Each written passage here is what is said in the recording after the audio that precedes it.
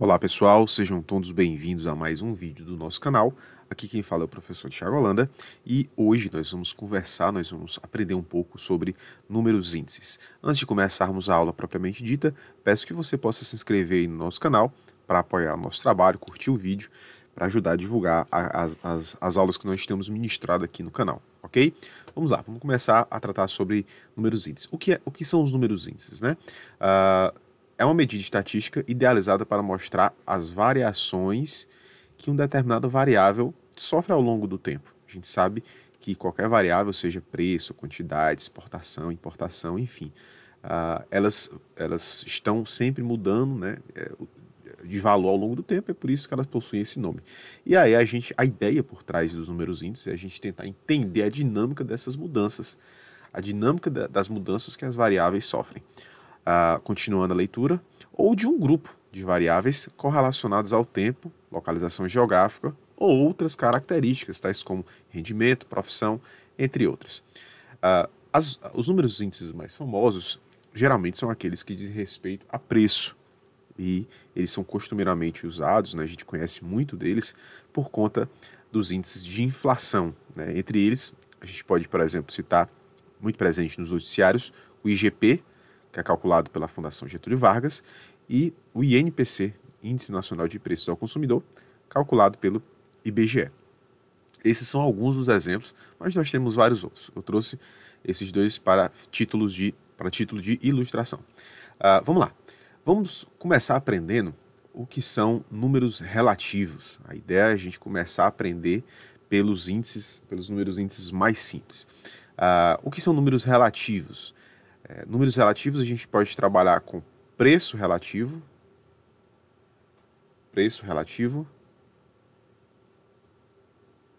podemos trabalhar com quantidade relativa ou valores relativos também, ok? A gente vai trabalhar mais detalhes acerca disso. Quais são os objetivos de um número relativo?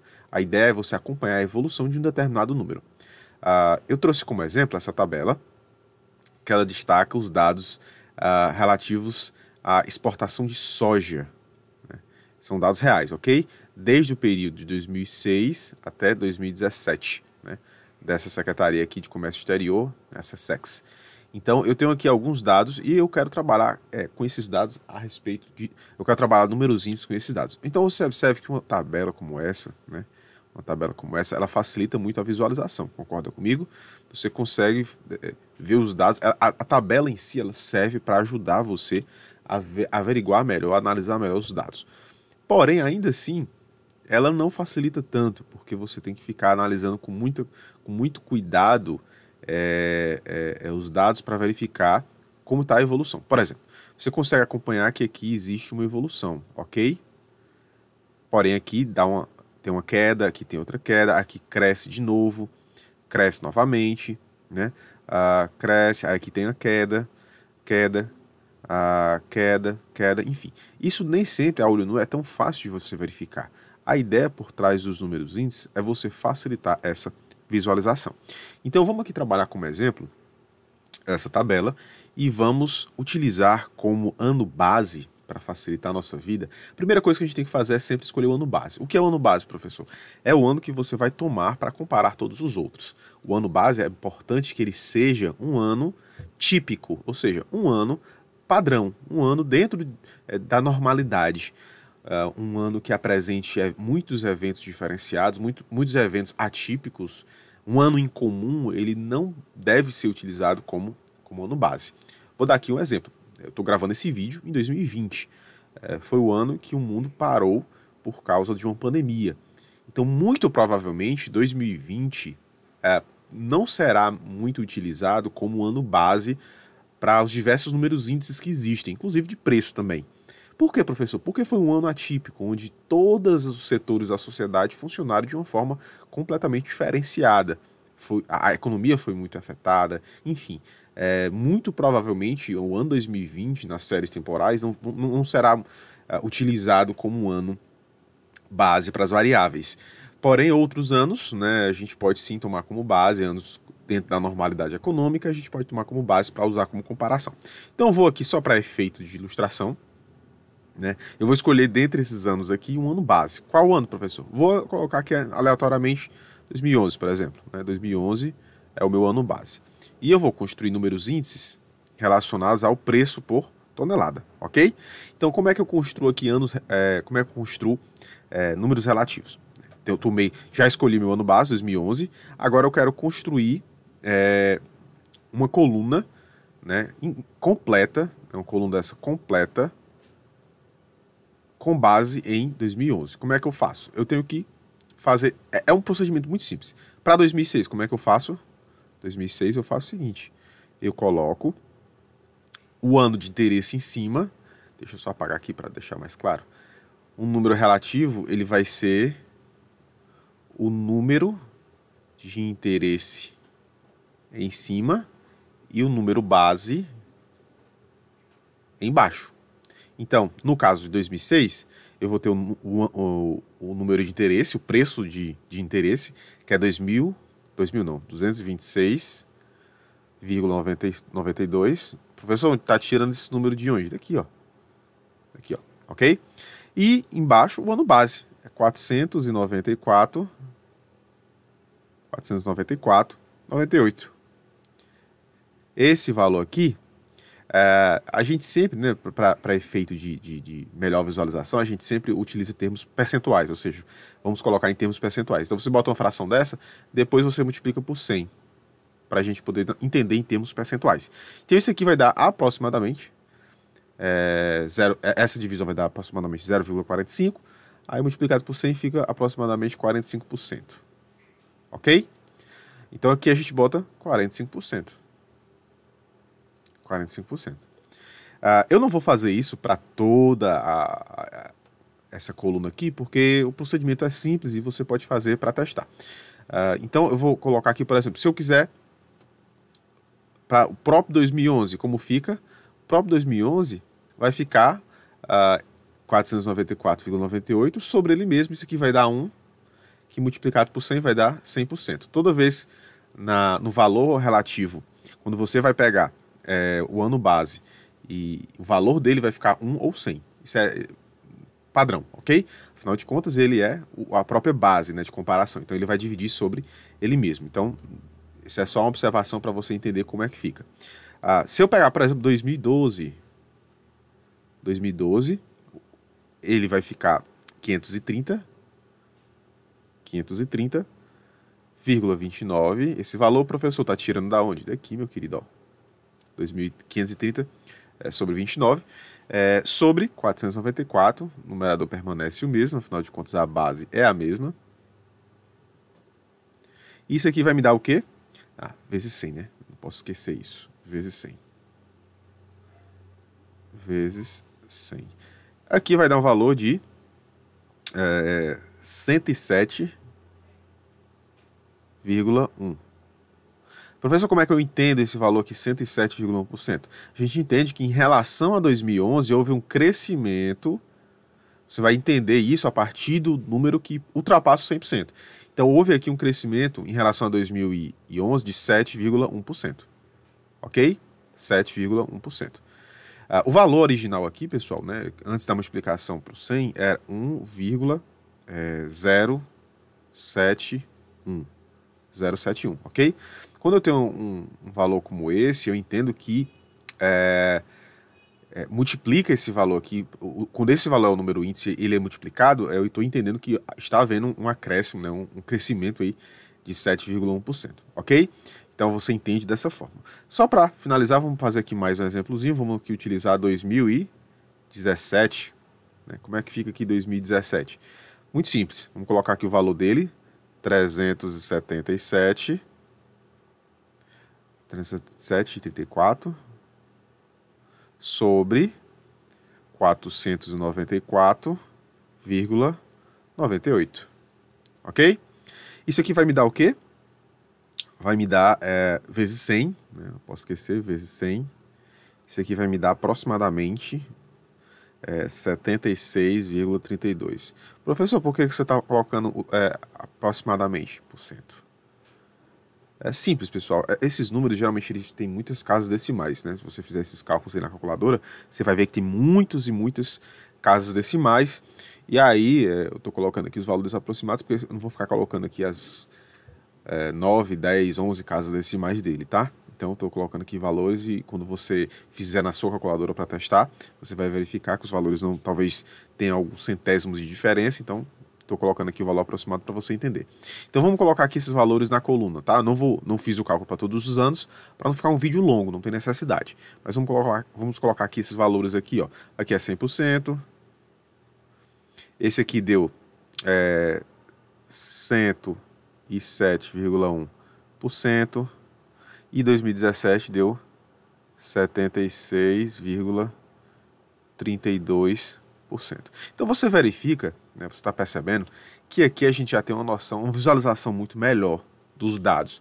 Por exemplo, se eu sou aqui um empresário, eu quero entender como é que está a evolução do preço da soja por tonelada, eu já estou verificando aqui, que, com base no ano 2011, que é o ano que eu escolhi, que está havendo aí uma variação, né? Em 2006 era 45%, foi crescendo, teve outros anos que diminuiu e terminou 2017 com um preço abaixo, né? Teve uma variação para baixo no preço. Então, através do número dos índices, e com trabalho percentual, você consegue perceber de forma bem mais fácil, bem mais simples, bem melhor de visualizar como é que está a evolução de uma variável ao longo do tempo, ok?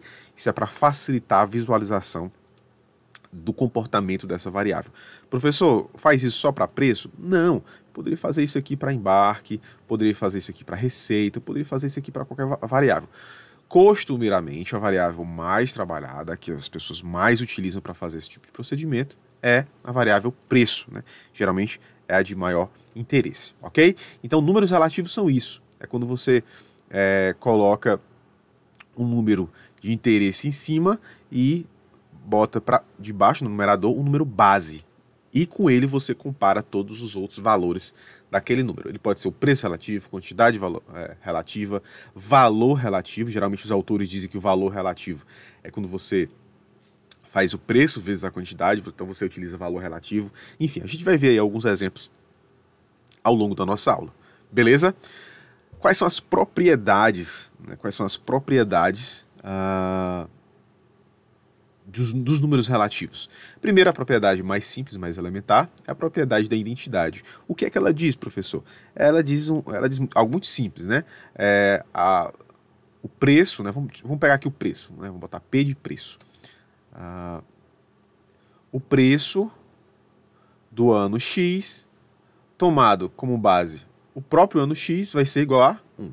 Ok? Muito simples, não é isso? Como assim, professor? Você lembra que quando a gente fez o ano base no slide passado, 2011, e tomou 2011 como ano de interesse, você encontrou o valor 1 e 100%?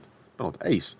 Você está dividindo o valor por ele mesmo, então ele vai ser 1. Isso aí é a propriedade mais básica de todos. Qualquer número relativo onde ele seja ao mesmo tempo o número de interesse e o número base, ele vai ser igual a 1 ou 100%. Ok? Então é isso. Passando para outra propriedade, vamos falar aqui um pouco sobre reversibilidade do tempo. Que propriedade é essa, professor? Ela é uma propriedade também simples e que você pode entender de uma forma muito fácil. Vamos pegar aqui, por exemplo, vou utilizar aqui esse espaço, ok? Depois eu apago. Se eu pegar aqui, vou pegar P de preço novamente.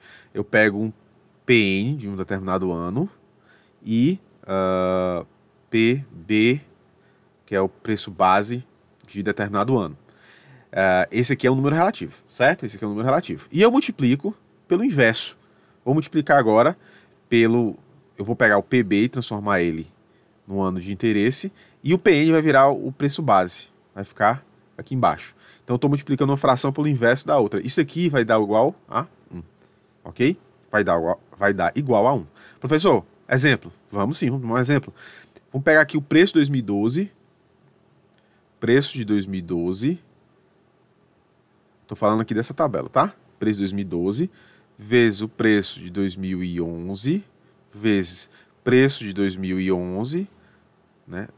Ficou um pouco feio aqui. Preço de 2011 sobre preço de 2012.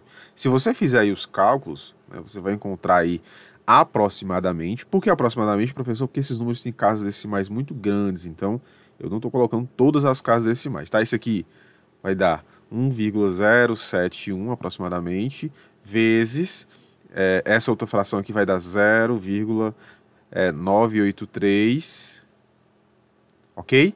Isso aqui vai dar, se você fizer esse cálculo, vai dar aproximadamente 1. Não vai dar 1 fechado, não é porque a propriedade está errada, não, a propriedade está correta. Mas como eu disse, né, se você pegar essas frações aqui, relativas a esses valores aqui, as casas decimais são muitas, né? Eu não estou colocando todas as casas decimais aqui por questão de tempo mesmo de aula, tá? Mas se eu colocasse todas e fizesse o cálculo com todas elas, seria 1 fechado. Se você fizer o cálculo somente com essas aqui, vai dar aproximadamente 1, mas a propriedade está correta, ok? Vamos apagar aqui para eu poder colocar a outra propriedade, ok? Propriedade circular. O que é que diz a propriedade circular, pessoal? Essa aqui é uma propriedade um pouco mais... a gente tem que ter um pouco mais de cuidado ao analisá-la, tá? Vamos lá, vamos ver como é que ela funciona. O que é a propriedade circular? A propriedade circular funciona da seguinte forma, né? Vamos utilizar aqui a sequência de anos. Não vou pegar a tabela toda, ok? A tabela é grande, vou pegar aqui uma sequência de anos. 2011, 2012, 2013 e 2014, ok? Não, vou fechar aqui no 2013. 2013, pronto. Esses 3 anos, porque eu consigo provar que essa propriedade utilizando só esses 3 anos. Essa propriedade me fala que se eu fizer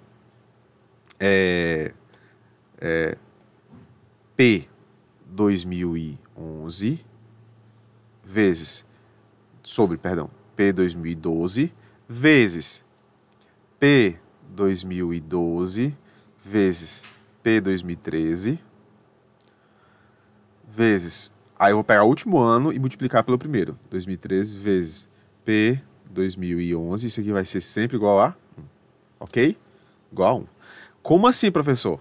Vou explicar aqui de uma forma que fique mais claro. Se eu pegar PA sobre PB vezes PB... Eu tenho aqui os anos A, B e C, tá? Anos A, B e C. Se eu pegar PB vezes PC e finalizar essa multiplicação com o último sobre o primeiro, PA, isso aqui vai ser igual a 1, ok? Anos A, B, C. Então, a fração fica... A primeira fração, PA vezes, sobre PB, vezes PB sobre PC, vezes PC, o último sobre PA. Isso aqui sempre vai ser igual a 1. Ou seja, é a propriedade circular. Quando você vai trabalhar as frações tomando como base anos em sequência e a última fração é o primeiro ano sobre o último ano sobre o primeiro, você encontra o valor 1, a unidade, ok? Isso aqui é muito útil para a gente fazer alguns tipos de cálculos interessantes. Vamos aqui utilizar como exemplo, né, esses 3 anos que eu calculei. Então fica, eu já coloquei aqui, né, P11 sobre P 2012, então eu vou colocar só os valores agora, tá? Isso aqui vai ficar 494,98 sobre 530,29, que são aquelas frações que eu tinha colocado no começo, tá? Aqui vai ser P 2012 sobre P 2013, então vai ficar 530,29 sobre 532,14. Então perceba que esse número aqui, ó, subiu aqui, tá vendo? Ó? Esse número subiu. E agora esse número aqui vai subir também. Vai ficar 532,14, que é o valor de 2013, sobre o primeiro, que é esse aqui, ó. 494,98. Se você fizer esses cálculos aqui, você vai encontrar o valor 1, se utilizar todas as casas decimais no cálculo, obviamente. Ok? Então, é isso que é essa propriedade. E através dela eu posso encontrar um dado muito interessante. Se eu quiser saber a evolução, né, de 2013, né, se eu quiser saber a evolução de 2013, tomando como base 2011, né, ou seja, se eu quiser saber P 2013 sobre P 2011, então eu vou saber que isso vai ser igual a esse aqui, ó, P 2012, P 2011, P 2013 sobre P 2012. Através dessa propriedade circular, eu consigo encontrar isso aqui, ok? Isso significa o que, professor? Vou apagar aqui para ganhar espaço. Significa que se eu tiver aqui um ano A, B, C, e eu quiser saber a evolução de P, deixa eu botar aqui mais um ano, né? D, ano D também. Se eu quiser saber a evolução de PD com base em PA, isso aqui é muito simples. É só eu pegar os números na sequência e ir trabalhando com eles, ok? É só pegar, por exemplo, PB sobre PA, né? Vezes PC vezes PB, né? E PD sobre PC, ok? Então, quando eu quero saber um número, o último ano pelo primeiro, é só fazer a fração das sequências, ok? Essa é uma consequência direta